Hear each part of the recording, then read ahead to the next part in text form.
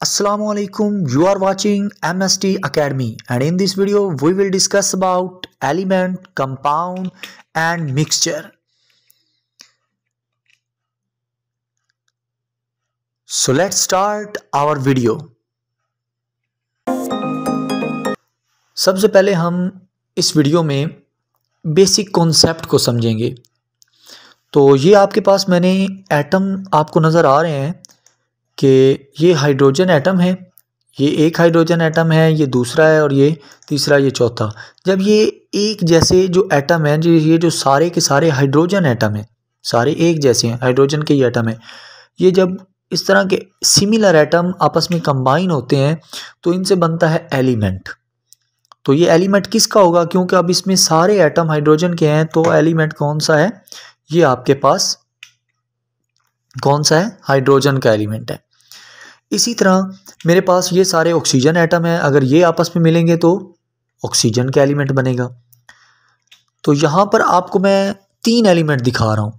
ये मेरे पास एक हाइड्रोजन एलिमेंट है, ये दूसरा हाइड्रोजन एलिमेंट है, और यहाँ पर मेरे पास तीसरे नंबर पे क्या है, ऑक्सीजन एलिमेंट है। अब जब एलिमेंट आपस में मिलते हैं तो फिर क्या चीज़ बनती है, तो एलिमेंट आपस में मिलते हैं तो आपके पास कंपाउंड बनेगा, और ये एलिमेंट्स आपस में फिक्स्ड रेशो के साथ मिलते हैं। ये मैंने कहा है ना कि जब एक ऑक्सीजन और दो हाइड्रोजन ये मिलेंगे तो ये आपके पास कंपाउंड बनेगा। इसमें रेशो क्या रहेगी, फिक्स रहेगी। और इसके बाद अब ये आप एक स्ट्रक्चर देख रहे हैं, इसमें हाइड्रोजन के एलिमेंट हैं, हाइड्रोजन का एलिमेंट है, ये भी हाइड्रोजन का एलिमेंट है, ये भी हाइड्रोजन का एलिमेंट है, लेकिन इसके साथ साथ ये ऑक्सीजन का एलिमेंट भी है, ऑक्सीजन के एलिमेंट भी इसमें पाए जा रहे हैं, ठीक है। और इसके अलावा इसमें ये देखें वाटर का कंपाउंड भी है।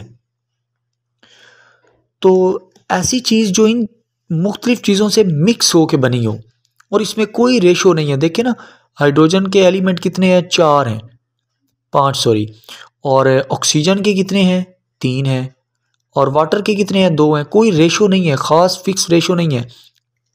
तो इस तरह से जो चीज़ बनेगी वो मिक्सचर होगी।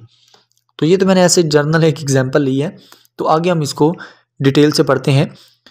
तो अपनी इस वीडियो को आप बाकायदा आगाज़ करते हैं। तो इस वीडियो में हम 3 चीज़ें पढ़ेंगे, एलिमेंट्स, कंपाउंड्स एंड मिक्सचर। तो फर्स्ट वन आपके पास जो है वो कौन सा है, वो है एलिमेंट। तो एलिमेंट की आपके सिलेबस में जो डेफिनेशन है वो क्या है कि एलिमेंट मैटर की सिंपलेस्ट फॉर्म है। पहली बात ये याद रखनी है।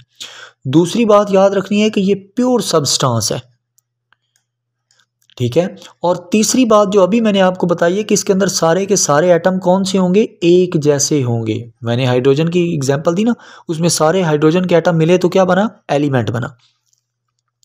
उसके बाद चौथी बात आपने याद रखना है कि इसको आप तोड़ नहीं सकते। किसके अंदर, इसके सादा जो सब्सटेंस है, यानी इसके जो छोटे कंपोनेंट्स हैं, जो सिंपल सब्सटेंसेस हैं, उनमें आप इसको तोड़ नहीं सकते।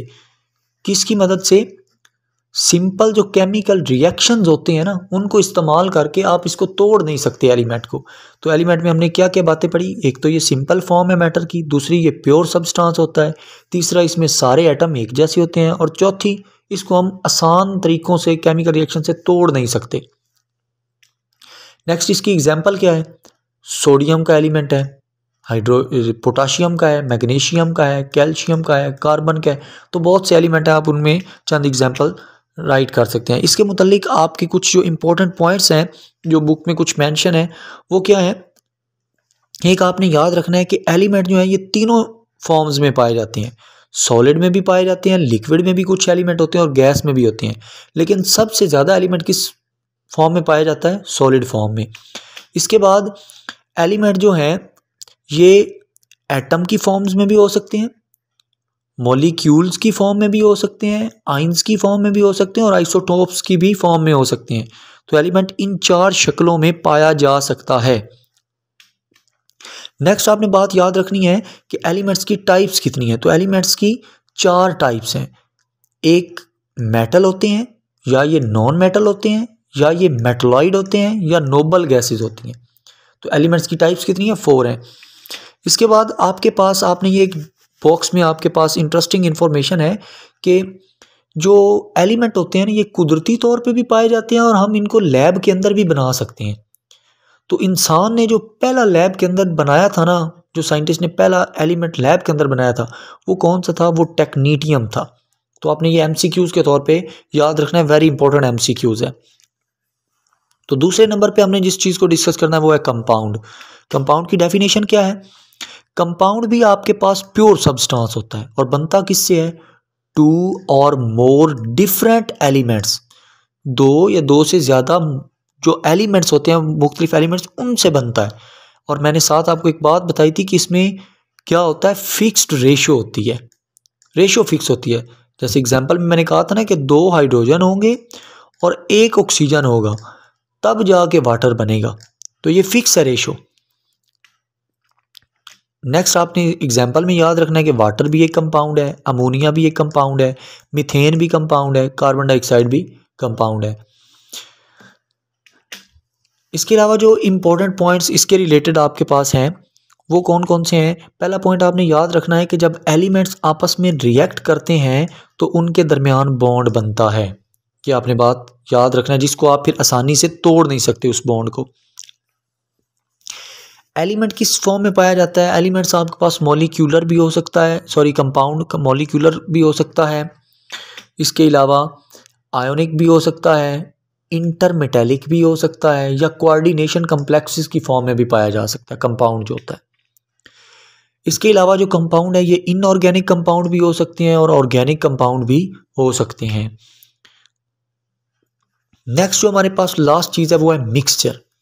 तो मिक्सचर क्या है? आसान सी डेफिनेशन है कि जब भी आप 2 और मोर जो एलिमेंट्स हैं या कंपाउंड्स हैं उनको आप मिक्स करते हो लेकिन कोई रेशो फिक्स नहीं करते तो वो मिक्सचर है। अगर रेशो फिक्स है तो वो फिर क्या हो जाता है? वो आपके पास कंपाउंड बन जाता है। लेकिन यहाँ पे आप एलिमेंट को भी और कंपाउंड को भी मिक्स करते हैं अगर, लेकिन उनकी कोई रेशो फिक्स नहीं है, मिक्स उनको आपस में करते हैं तो जो चीज़ बनेगी वो मिक्सचर है। मिक्सचर की एग्जांपल क्या है? हवा आपके पास एक मिक्सचर है, सोयल आपके पास मिट्टी जो होती है, मिल्क आपके पास एक मिक्सचर है। ठीक है। अच्छा, उसके बाद आपने याद रखना है मिक्सचर की टाइप्स कितनी है। तो मिक्सचर की 2 टाइप्स हैं, एक होमोजीनियस मिक्सचर होता है या हेट्रोजीनियस होता है। होमोजीनियस मिक्सचर और हेट्रोजीनियस मिक्सचर। अब इसके अंदर ना कुछ शॉर्ट क्वेश्चन बन सकते हैं। पहला शॉर्ट क्वेश्चन यहाँ पे है कि जो साल्ट सॉल्यूशन है ना उसको हम होमोजीनियस मिक्सचर क्यों कहते हैं? ये आपकी बुक में एक शॉर्ट बन सकता है। तो इसमें आपने याद रखना है कि जो साल्ट सॉल्यूशन होता है ना, solution of salt and water is an example of homogeneous mixture because इसकी जो कंसंट्रेशन है इज यूनिफॉर्म थ्रू आउट, कि इसके अंदर जो पूरी कंसंट्रेशन है वो एक जैसी नज़र आती है। आप अगर पानी के अंदर नमक को डाल देते हैं ना, हल करने के बाद वो बिल्कुल एक जैसा हर जगह पे बराबर नज़र आ रहा होता है, उसकी कंसंट्रेशन बराबर होती है, एक जैसी, यूनिफॉर्म। अच्छा, तो ये एक शॉर्ट है। उसके बाद ये बन सकता है कि जो पत्थर होता है उसको हेट्रोजीनियस मिक्सचर क्यों कहते हैं? तो सेम पहले वाली बात को उल्टा कर देना है कि इसके अंदर जो कॉन्स्टिट्यूएंट हैं उनकी कंसंट्रेशन क्या होती है? डिफरेंट पार्ट्स में डिफरेंट होती है because concentration of its constituents, के इसके अंदर जो मिकदार है, कंसंट्रेशन का मतलब मिकदार, किन की जो इसके अंदर मौजूद चीज़ें हैं उनकी जो मिकदार है वो मुख्तलिफ जगह पे मुख्तलिफ होती है। तो आप पत्थर को अगर देखें ना तो कहीं पर वो क्या होता है? बहुत ज़्यादा ब्लैक, कहीं पे थोड़ा सा वाइट हो रहा होता है। तो कंसंट्रेशन उनकी डिफरेंट बेसिकली हो रही होती है। आखिरी क्वेश्चन यहाँ पे है कि जो रॉक्स हैं, जो पत्थर हैं, वो किन किन चीज़ों से मिल के बने होते हैं, उसकी कंपोजिशन क्या है? तो rocks are composed of different type of minerals. ये किससे बने होते हैं? मिनरल से बने होते हैं। वो मिनरल कौन से हो सकते हैं? ग्रेनाइट हो सकता है, मीका हो सकता है, लाइमस्टोन। ठीक है, इनसे मिलके रॉक बना होता है। तो ये चंद इंपॉर्टेंट क्वेश्चन भी थे जो हमने आपके साथ डिस्कस किए। तो उम्मीद करता हूँ आपको मेरी ये वीडियो पसंद आई होगी। Thank you for watching.